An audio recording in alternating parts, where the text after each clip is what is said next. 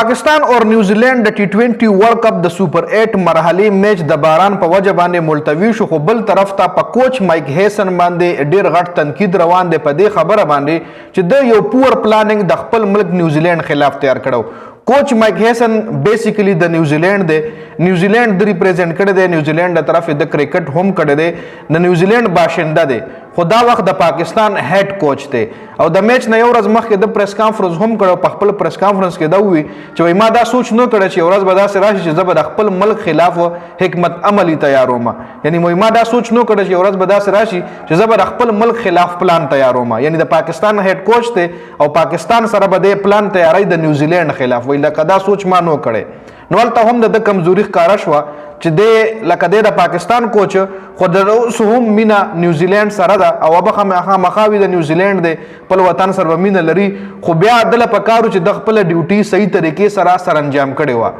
ځکه د میچ دوران چې کوم پلینګ 11 د پاکستان راغو او د ټاس چې کومه فیصله د پاکستان کپتان وکړه، نو هغې نه پس په مایک هیسن باندې تنقیدونه روان وو، ځکه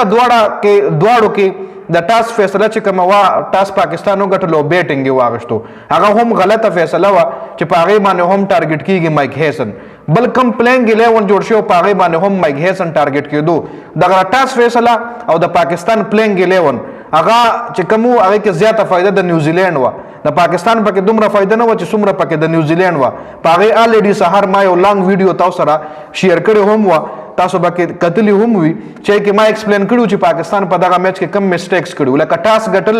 او بیا ډومبنۍ بیټینګ اخیستل په اوورکاسټ کنډیشن کې، یعنی چې باران وریږي او ډومبنۍ بیټینګ اخلي، نو دا غلطه فیصله ده.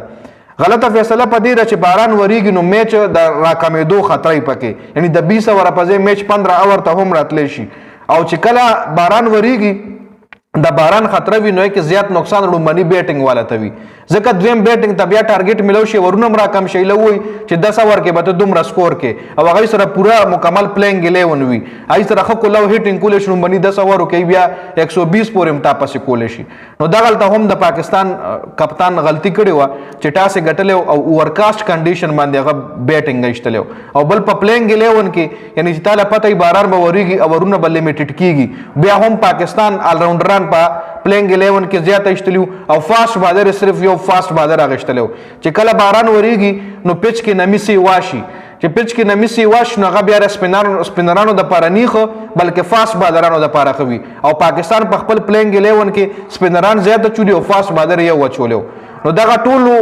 چې کمی غلطیانې وي د هغې ډایرکټلی الزام په کوچ مایک هیسن باندې پاکستاني چې کوم سوشل ورکرز دي یا سوشل میډیا ایکټیویسټ دي یا کوم سپورټس جرنلسټ دي، نو هغوی وایي چې کوچ مایک هیسن دلته پاکستان سره دوکه کوله، او د کوچ مایک هیسن چې کوم پلان و هغه ټوټلی د نیوزیلینډ په فیور کې و، هغې کې دومره فایده د پاکستان نه وه چې څومره پکې د نیوزیلینډ وه، او دغه پلینګ 11 تیارول او دغه د ټاس فیصله کول دی کې د مایک هیسن کردار شته دی. نو ستاسو دې حوالې سره څه رایه ده؟ آیا واقعي کوچ مایک هیسن پاکستان سره دوکه کولی شي که نه؟ کمنټ لازمي وکړئ.